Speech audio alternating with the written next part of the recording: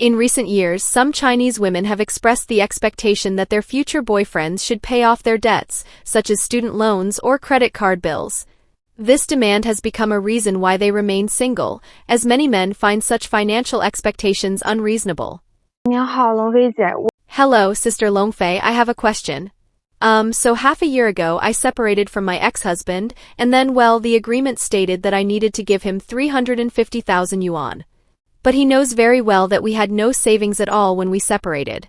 And my salary isn't enough to repay him 350,000 yuan within a certain time frame. Now half a year later I have a new boyfriend. He's also divorced and doesn't have any savings or anything. We get along pretty well.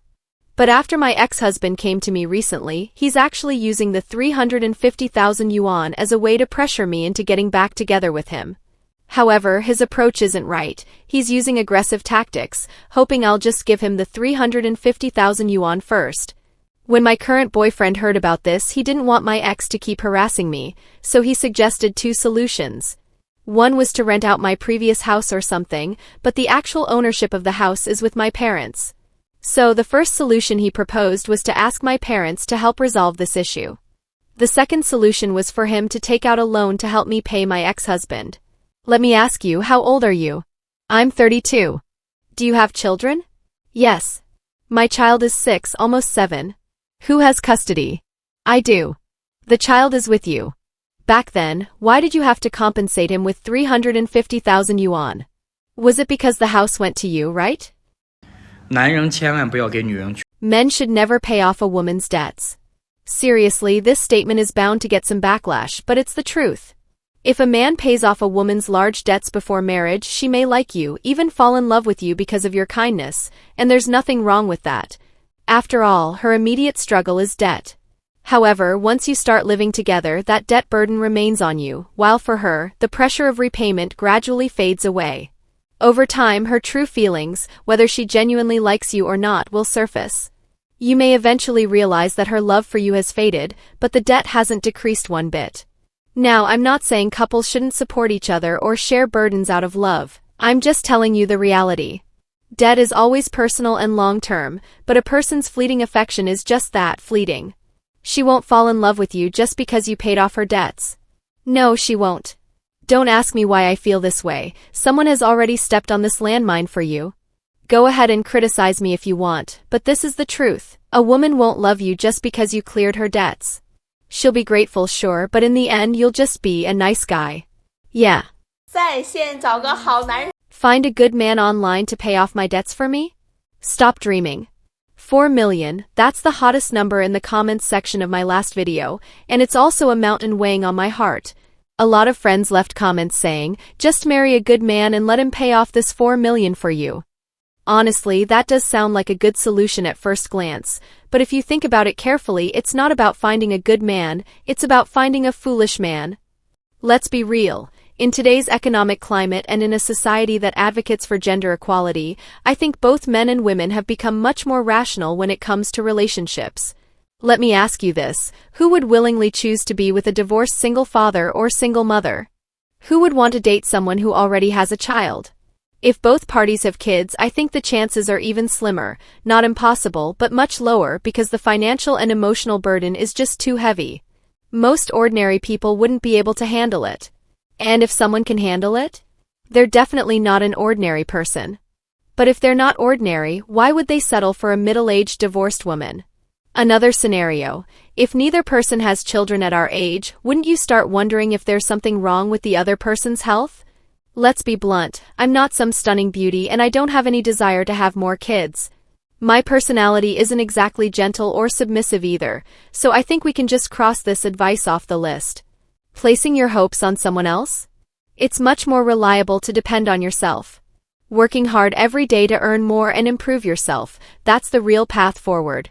If any of you are in the same boat as me and actually manage to turn your life around based on this advice, then you're definitely not an ordinary person. You're amazing. I'll also share more about my love life later. Even though I'm 38, I still have the heart of an 18-year-old. My approach to love is stuck at 18, it has to be pure. No mixing in all kinds of transactions or ulterior motives. It's not that I'm some noble saint, it's just my personal view on love. I've always believed that love is something incredibly beautiful. If you bloom, butterflies will come. I believe that day will come. But for now, let's not talk about love. Right now it's all about money. Also, I saw a quote yesterday that really stuck with me. The best gift lovers can give each other is to work hard and meet at the top. With equal financial footing, I think that kind of love would be much more stable. To truly face your own heart, to love or not love freely, without any other distractions, how wonderful. Let's keep pushing forward, brothers. I look forward to our extraordinary futures. 我38岁没结婚，很焦。 38 and unmarried, feeling very anxious and lost. Many younger girls ask me, are your feelings real? I'm not at that age yet. Will I really feel anxious and lost when I reach your age? Do I really need to hurry and find a partner now? I can only tell you this, the partners you can meet now are definitely the best options you'll have for the rest of your life. As your age increases bit by bit, the pool of available partners you encounter will inevitably decline in quality. Because if men have a choice, they will always prefer someone a year younger. In other words, with each passing year, your value in the dating market decreases, and you'll find yourself compromising more and more on your standards. For example, at 29 you stop caring about height. At 30 you stop caring about looks. At 31 you stop caring about income. At 32 you might not even care if he's single anymore. And later on? You might just settle for someone who's physically healthy and doesn't make you want to vomit on sight. 我33岁，未婚未育。 I'm 33 years old, unmarried and childless. Everyone has told me that men are unreliable, you have to rely on yourself. Only when you become outstanding can you marry well and live a happy life. So I struggled for 10 years. I was lonely for 10 years. I worked desperately to earn money, and by the time I reached my 30s I wanted to find someone to marry. But then I realized there wasn't a single eligible single man around me. Even my mom tells me every night that she can't sleep. They've shamelessly used all their connections to try to find someone for me, but as soon as people see that I'm in my 30s, so old, they have no interest in getting to know me. It's 2 a.m. now and I'd rather sit in my car than go back to that home where I'm the only one. No matter how luxurious the house is, it's still cold and empty. It's just the place where I'll grow old alone in the future. I don't want to grow old alone. But I don't know what to do. Would you be willing to go on a blind date with an older single woman? Older single women? Blind dating is a complete scam. Just because an older woman is unmarried doesn't mean she doesn't have a boyfriend. And not having a man doesn't mean she's sleeping alone. Single is just a label. How does she spend her nights? She's definitely not alone, because women won't tolerate unmet physical needs. For them, satisfying those needs comes at zero cost. In fact, some even profit from it. So why are they in a hurry to get married? Not out of love or loneliness, but because their sexual market value is collapsing. They know that as they age, their ability to attract high-quality men weakens. Before their market value hits zero, they must quickly secure a long-term meal ticket. To them, a husband is just a beta provider, a safety net to secure their future. Marriage? A marriage certificate is just a tool for wealth redistribution. Many older single women shop for husbands in the advanced market while maintaining a harem of emotional backups.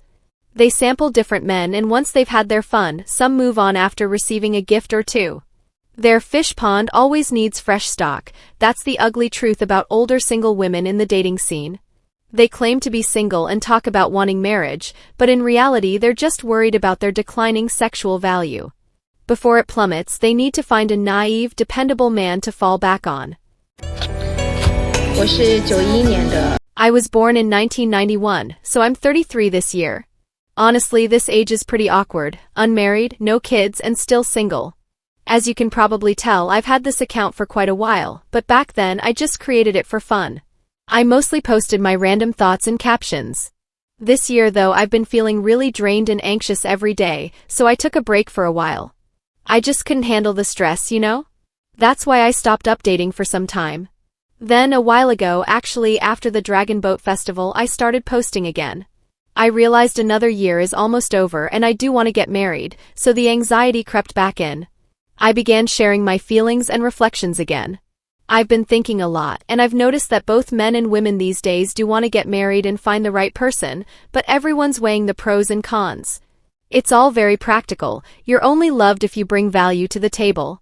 Especially for older, high-quality men and women, they'll consider things like the other person's family background, career, and whether they're a good match in terms of status or value. Or they might just go for someone younger, valuing youth or emotional support.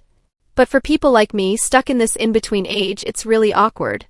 Before you know it, another year has passed and here I am again, reflecting, worrying, and overthinking everything.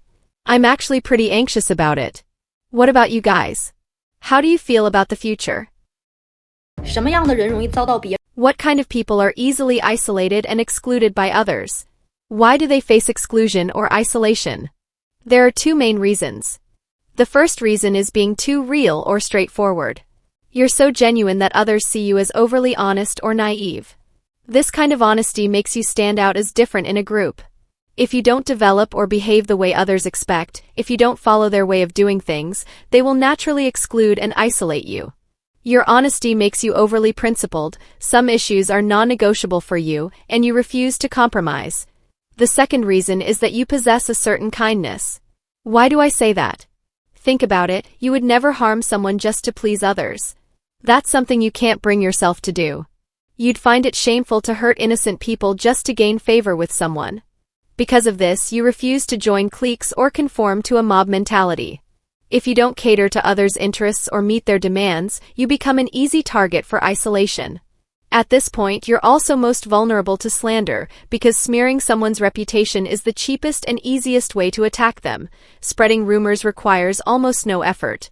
Just a few words and suddenly your image in others' minds is tarnished.